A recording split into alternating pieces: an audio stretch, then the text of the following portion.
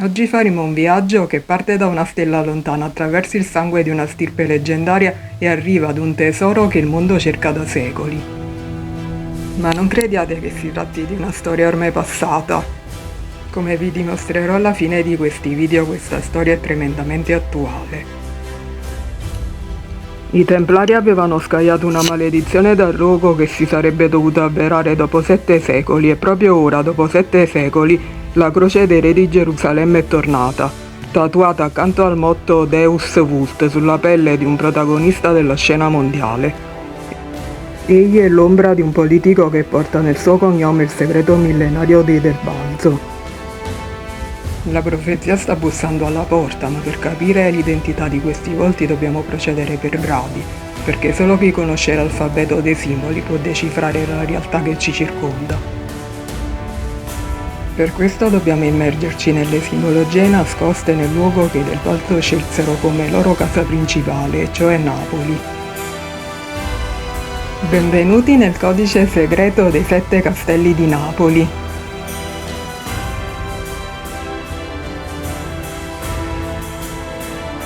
Napoli non è stata costruita per caso.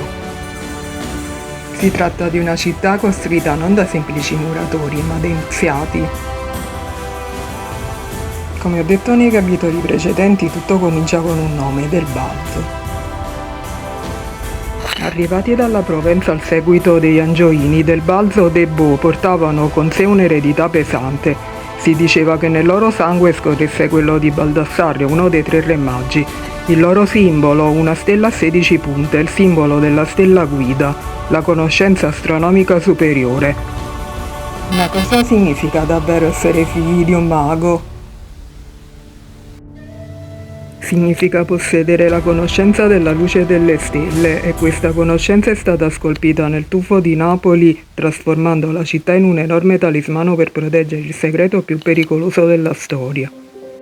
Perché Del Balzo, i discendenti di un re maggio, scelsero proprio Napoli? Perché qui secoli prima un altro mago aveva preparato il terreno, Virgilio. Dimenticato il poeta, il Virgilio napoletano era un alchimista che conosceva le correnti energetiche della terra. Egli pose nelle fondamenta della città, sotto il Castel dell'Ovo, un uovo magico. Virgilio sapeva che Napoli, fondata dai pitagorici secondo le armonie celesti, era l'unico luogo capace di ospitare l'oggetto più sacro del mondo. Napoli infatti era stata fondata da coloni greci, ma non greci qualunque, erano pitagorici. Per loro il numero e la geometria erano Dio, la città è stata progettata come uno specchio del cielo. E questa sapienza antica non è chiusa solo nei castelli, ma è scritta nelle strade, arrivati a Forcella. Sapete perché si chiama così? Per la forma Y del suo bivio, ma quella Y non è una semplice strada, è la lettera di Pitagora. Rappresenta la scelta morale, la via del vizio o la via della virtù. La Y di Forcella, il bivio pitagorico, è la prova finale che la città è un manuale di iniziazione. È il punto in cui il sapere dei magi e la stirpe e il sapere dei pitagorici fondatori si fondono. Napoli ci dice che la conoscenza è una scelta, un bivio tra l'apparenza della storia e la verità del mito. I Del Balzo, arrivando con gli Angioini, non fecero altro che reclamare l'eredità dei pitagorici e di un altro mago, Virgilio, chiudendo il cerchio tra la sapienza caldea di Baldassarre e quella ermetica di Virgilio. E nelle fondamenta di Castel dell'Ovo Virgilio non nascose un semplice uovo, ma un nucleo di potere alchemico. Virgilio era il precursore dei discendenti dei Magi a Napoli, il custode che attivò la città affinché secoli dopo i discendenti di Baldassarre potessero trovarvi rifugio per il loro segreto. Si dice che Napoli sia la città dei 7 castelli, disposti come i centri energetici di un corpo vivente. Nella tradizione esoterica e pitagorica il 7 è il numero della perfezione in movimento. C'è l'armonia musicale con le 7 note della scala, che i pitagorici credevano governassero l'ordine dell'universo. In alchimia ci sono i 7 metalli e le 7 fasi della trasformazione della materia. I castelli non sono stati costruiti contemporaneamente ed è proprio questo il punto affascinante. Sembra che dinastie diverse, Normanni, Svevi, Angioini, Aragonesi e Viceré, abbiano seguito un piano invisibile tramandato nel tempo. quasi come se una società segreta di architetti avesse guidato le mani dei re per secoli. L'intervallo temporale copre circa 600 anni, ma se oggi chiedete a un passante dei 7 castelli, ne saprà indicare solo 2 o 3. Dove sono finiti gli altri?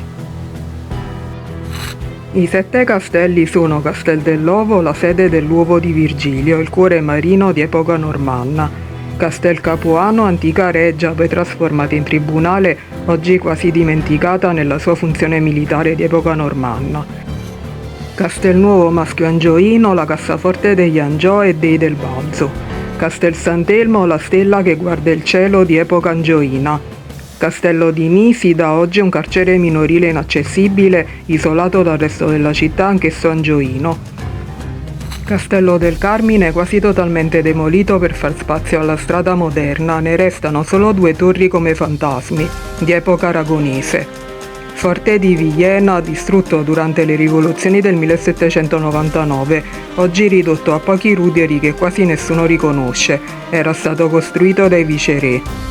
Perché sono stati nascosti o distrutti?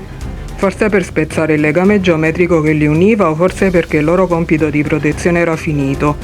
Il cuore del mistero dei 7 castelli sta nella sala dei baroni del Maschio Angioino.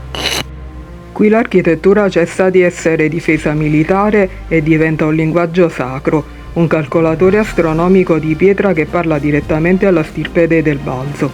Alzando lo sguardo verso l'immensa volta, ci si ritrova sotto una struttura che non ha eguali. Una cupola ad ombrello composta da 16 costoloni che convergono verso l'alto.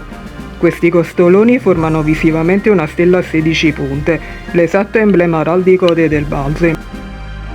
Questa non è una coincidenza estetica, è una dichiarazione di proprietà spirituale. La sala è divisa in 8 spicchi, un numero che rimanda all'ottagono, la forma geometrica che per i Templari rappresentava il punto di contatto tra il mondo terreno, il quadrato, e quello divino, il cerchio. In esoterismo l'ottagono è la figura di transizione tra la terra, il quadrato, il cielo, il cerchio. La forma tipica dei battisteri templari è di Castel del Monte. Anche se i Templari furono soppressi ufficialmente nel 1312, la loro influenza e i loro simboli rimasero clandestini nelle corti che frequentavano, specialmente quella angioina. Infatti gli Angiò erano profondamente legati alla Terra Santa, erano re di Gerusalemme.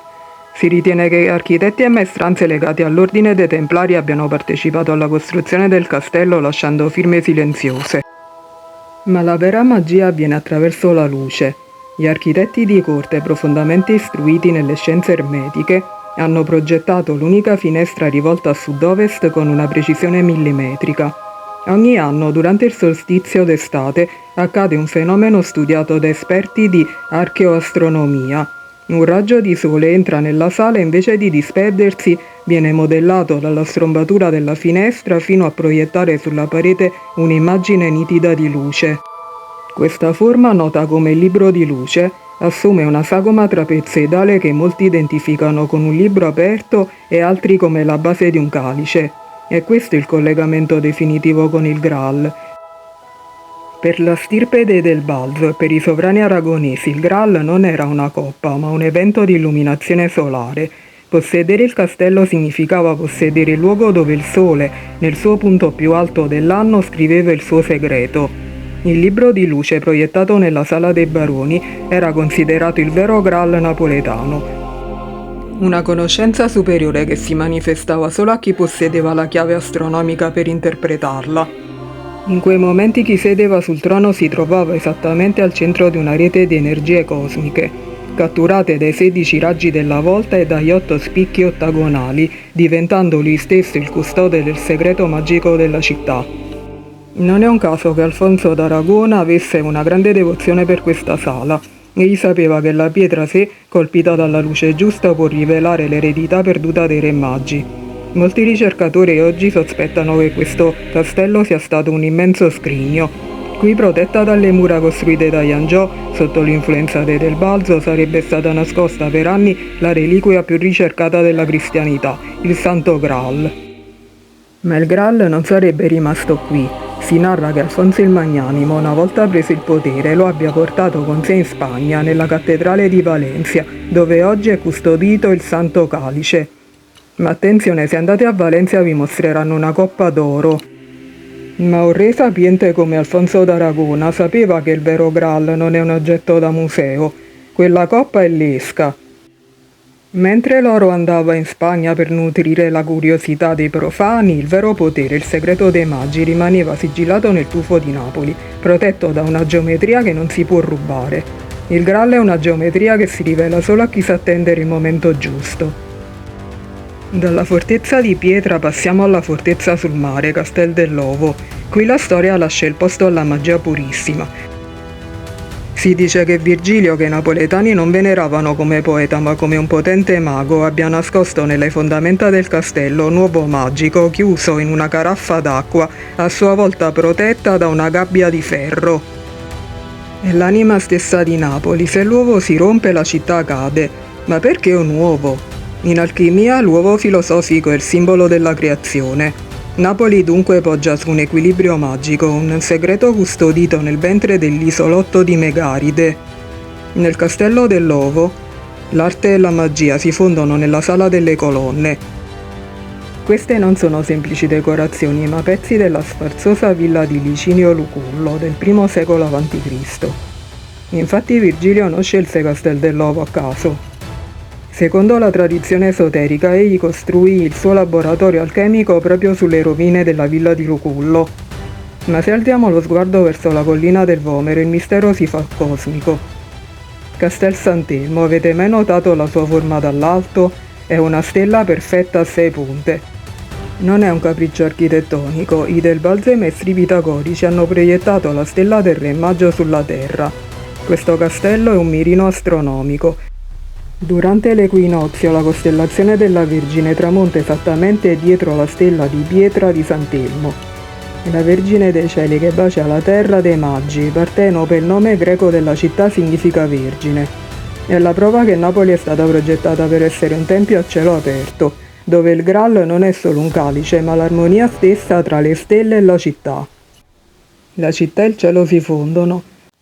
È la geometria sacra. I 7 castelli di Napoli non sono messi a caso, ma ricalcano le posizioni delle stelle e dei nodi energetici della Terra. Qui il mistero si fa geometrico. Se la stella dei Magi del Balzo ha 16 punte, simbolo del sole e della rivelazione, la città ha risposto con un'altra forma, la stella a 6 punte di Castel Sant'Elmo. Non cercate l'identità, cercate il completamento. La stella a 16 punte è la chiave, quella a 6 è la serratura. I pitagorici che fondarono Napoli conoscevano il potere dell'esagramma, il macrocosmo che si specchia nel microcosmo. Castel Sant'Elmo con la sua forma stellare funge d'antenna. È stato costruito per intercettare il tramonto della costellazione della Vergine durante l'equinozio.